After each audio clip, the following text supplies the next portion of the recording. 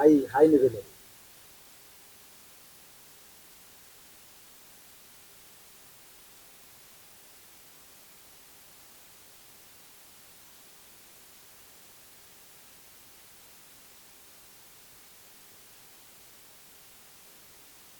তো আমরা আপনার বিষয়ে অনেক কিছু জানতে পারলাম। তো আমরা কিছু আপনাকে প্রশ্ন করব, এক কথায় উত্তর দেওয়ার চেষ্টা করবেন। তো আমরা প্রথমে কিছু প্রশ্ন জিজ্ঞাসা করার চেষ্টা করব।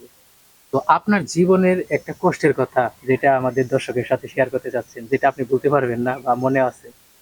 আমার জীবনে অনেক কষ্টের কথাই আছে, যেগুলো আসলে বলার মতো না, তারপরও আমি চেষ্টা করব আমার কষ্টের কথাগুলো বলার জন্য। আমার জীবনে সব থেকে বড় কষ্ট, আমি আপনজনদের ভালোবাসা থেকে বিচ্ছিন্ন ছিলাম, ইভেন এখন পর্যন্ত আছি। আমি জানি না এটা আসলেই কেন, তবে আমার জীবনে অনেক কষ্ট গেছে। আমার সাংসারিক জীবনে, আমার বেড়ে ওঠা সময় থেকে নিয়ে বর্তমান সময়ে আমি অনেক পরিশ্রম করছি, অনেক কাজ করেছি, পাশাপাশি পড়াশোনা কন্টিনিউ করছি। আমার বেড়ে ওঠার সময়ে আমি, আপনারা জেনে অবাক হবেন, সেটা হচ্ছে যে আমি একজন অটো চালক ছিলাম। আমি এনজিওতে চাকরি করেছি, গার্মেন্টসে চাকরি করেছি, টেক্সটাইলে চাকরি করেছি। এইরকম অনেক কষ্ট আমি করে পড়াশোনাটা কন্টিনিউ রাখছি। তারপরে এখন পর্যন্ত আছি আপনাদের দোয়ায়, আল্লাহ কোনো রকম দিন বাদ নিচ্ছে। তো এটা হচ্ছে এই বিষয়, এই দিক থেকে কষ্ট। আর একটা কষ্ট হচ্ছে যে আমি আপনজনদের কাছ থেকে খুব বেশি কষ্ট পেয়েছি, কারণ জি জি বাবার জি। টাকা না থাকার কারণে আপনজনরা আমাকে অনেক বেশি কষ্ট দিয়েছে। জি। এই হচ্ছে বিষয়। তো আমরা তো এতক্ষণ শুনলাম কষ্টের কথা, সবচেয়ে একটা খুশির কথা যেটা আপনি এখনো মনে আছে বা মনে থাকবে, এরকম একটা খুশির কথা বলে। আসলে খুশি আমি কখনোই ছিলাম না, তবে এরকম কোনো খুশির কথা আমার এখন এই মুহূর্তে মনে পড়তেছে না যে আমি কবে কোন দিন মানে খুশি ছিলাম। এটা আমি আসলে বুঝতেছি না যে এরকম কোনো সময় আমার আসছে কিনা। তো এরকম খুশি আমি কখনো হই নাই। তো আমরা আরেকটা প্রশ্ন বলবো যে আপনার পরিবার, আত্মীয় স্বজন, বন্ধু মতো যে কোনো একজনকে এক লাইন যেটা আপনি এখনো বলতে পারেন নাই বা বলেন নাই, আমাদের এই ভিডিওর মাধ্যমে আপনি প্রকাশ করবেন বা বলবেন। আমার পরিবারের মধ্যে আমার বাবা আমার কাছে একটা বট গাছের ছায়া, যার ছায়ায় আমি এখন পর্যন্ত বেঁচে আছি। আমার বাবার ছায়ার থাকার কারণে আমি এখনো এই দুনিয়ার বুকে শ্বাস নিতে পারছি। এটা হচ্ছে আমার ব্যক্তিগতভাবে, আমি যদি আমার পরিবারের কাউকে মেনশন করি, তাহলে অবশ্যই আমি আমার বাবাকে মেনশন করব। কারণ বাবা দরিদ্র হোক, অশিক্ষিত হোক আর মূর্খ হোক, বাবা কিন্তু বাবাই। এটা হচ্ছে আমার কথা। তো বন্ধু, যে কোনো একজন বন্ধু যাকে আপনি আমার জীবনে সবসময়। একটা বিষয় হচ্ছে, বন্ধুর কথা যেহেতু বলতেছেন, আমার জীবনে অসংখ্য বন্ধু বান্ধব এসেছে, জি। কিন্তু একটা বিষয় হচ্ছে যে আহ, অনেক বন্ধু বান্ধবের সাথে আমার সম্পর্ক শেষ অব্দি টিকে নাই। এখন আপনি ভাবতে পারেন যে তাহলে কি আপনার মধ্যে সমস্যা? না, আসলে এই সম্পর্ক টিকা টিকা না টিকা, এটা হচ্ছে আসলে যার যার মেন্টালিটির উপর ডিপেন্ড করে। কিন্তু আমার জীবনে প্রচুর বন্ধু বান্ধব এসেছে, আবার অনেক বন্ধু বান্ধব আমার জীবন থেকে হারিয়ে গিয়েছে। তা এগুলা আসলে আমি কোনো কিছু মনে করি না। এই হচ্ছে বিষয়। আমার যদি কেউ ভালোবাসে, আমাকে যদি কেউ ভালোবাসে, এমনিতেই ভালোবাসবে। আর যদি কেউ মন্দবাসে, সে এমনিতেই মন্দবাসবে। তবে প্রচুর আমার জীবনে ওইরকম স্মরণীয় ভাবে মেনশন করে বলার মতো কোনো বন্ধু আমি আমি এখনো পাইনি।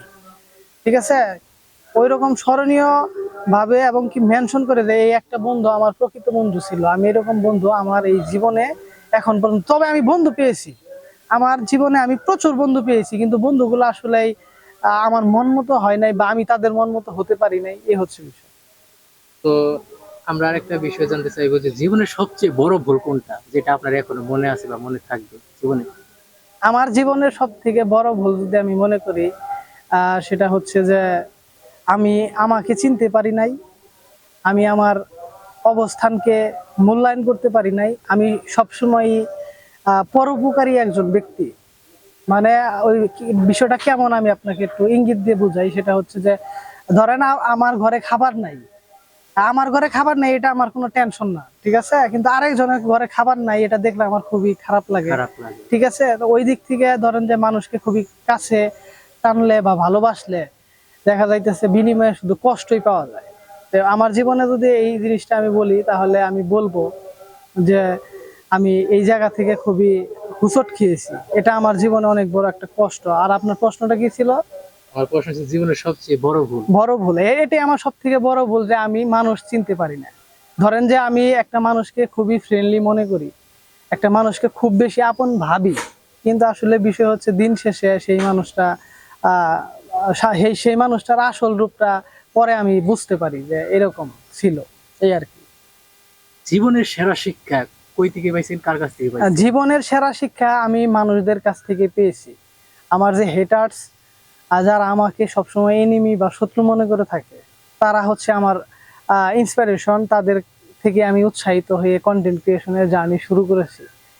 জীবনের যদি অনেক বেশি শিক্ষা পেয়ে থাকি, তাহলে সেটা খুব কাছের মানুষের কাছ থেকে পেয়েছি, খুব কাছের মানুষের কাছ থেকে।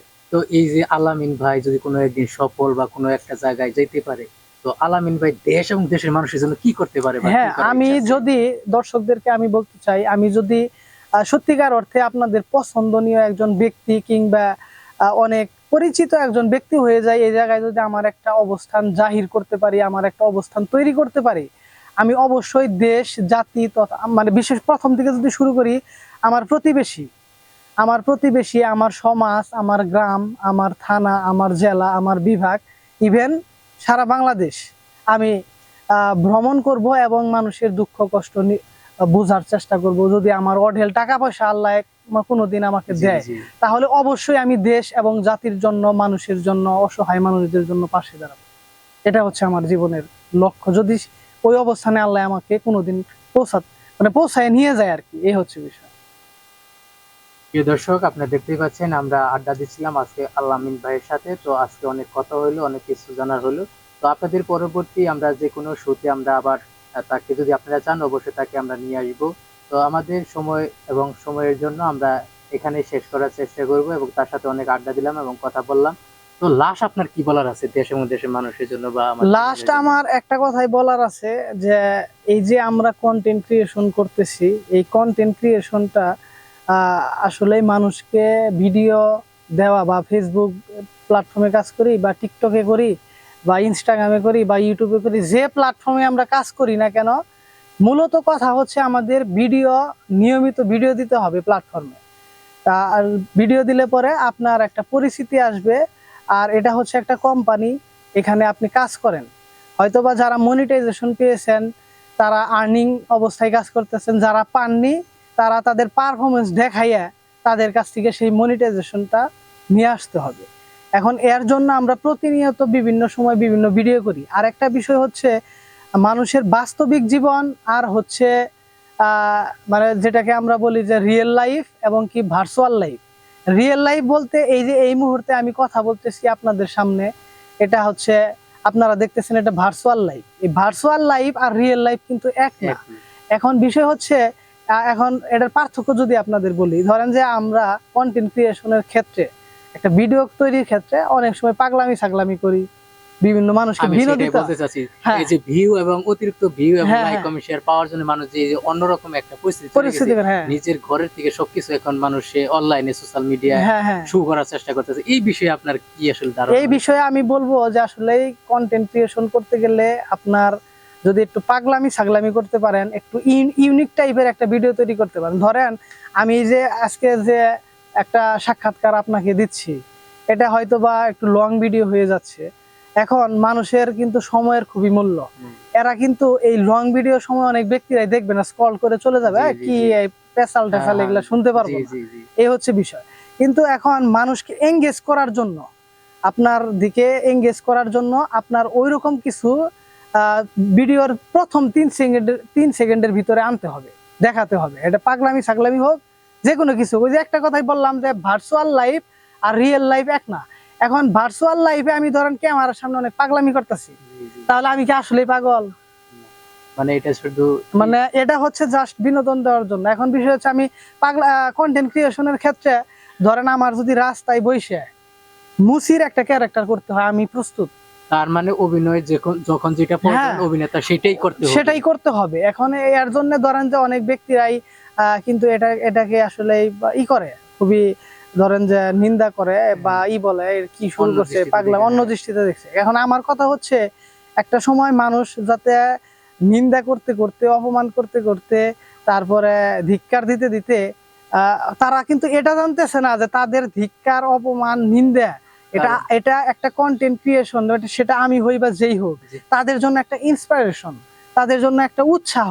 হ্যাঁ, ওই আমাকে এরকম ভাবে কথা বললো, আচ্ছা ঠিক আছে, পাগলামির কি আছে, আমি এটা শেষ দেখি। এই যে অনেকদিন ধরে ভিডিও বানায় এলাকার আশেপাশে মানুষ হ্যাঁ। মানে অনেক কিছু বলে, অনেক কেমন কিছু বলে। মানে আমি এগুলো আসলে এই মুহূর্তে আপাতত আমি আমার মাইন্ডে নিচ্ছি না। তবে আমার ইচ্ছা আছে কে আসলেই কোন ভাবে আমাকে মিন করে, কে আমাকে কেমন মনে করে, এটা কিন্তু আমি খুব ভালো করে জানি। ধরেন যে কোন ব্যক্তিটা আমাকে নিয়ে তার কি মন্তব্য, এটা আমি খুব ভালো করে জানি। আমি আপাতত এটা নিয়ে কোনো কিছু করতে চাচ্ছি না, কিন্তু আমি চাচ্ছি আমাকে নিজের অবস্থানকে এমন ভাবে তৈরি করতে চাচ্ছি, এটা আমার স্বপ্ন বা ইচ্ছা। আমি আপনাদের সামনে বলতেছি, আমি হতে পারবো কিনা আমি জানি না। যদি হতে পারি, তবে যে সকল ব্যক্তিরা আমাকে অ্যাভয়েড করছে, দূরে ফেলাইছে, বা আমাকে নিন্দা করছে, উপহাস করছে, হাসি তামাশা করেছে, তাদেরকে আমি কাছে টানবো আমার সফলতার, মানে যখন আমি সফল হব, আমি কিন্তু তাদেরকে, তারা যেটা করছে আমি কিন্তু অবশ্যই সেটা করব না। এর একটা মাত্র কারণ হচ্ছে, আমি তাদেরকে দেখাই দিতে চাই যে আমি সফল হয়ে তোমাদেরকে কাছে নিয়ে আসছি। এ থেকেও কিন্তু অনেক কিছু শিক্ষার আছে। তার কারণ হচ্ছে যে কেউ আমাকে একটা খারাপ কথায় গালি দিছে, এখন আমি যদি তাকে রিপ্লে করি, তাহলে তার আর আমার মধ্যে কোনো পার্থক্য নেই। এই হচ্ছে বিষয়। কিন্তু আমি চেষ্টা করবো যে ও আমাকে খারাপ বলছে, আচ্ছা আমি ওর ভুল কোনো একদিন এটা ভেঙে দিব, ঠিক আছে। এই জন্য হচ্ছে মূলত। তবে কন্টেন্ট ক্রিয়েশনের ক্ষেত্রে আমি প্রতিনিয়তই এই আবল তাবল অনেক কথাই শুনতেছি, আমি এগুলা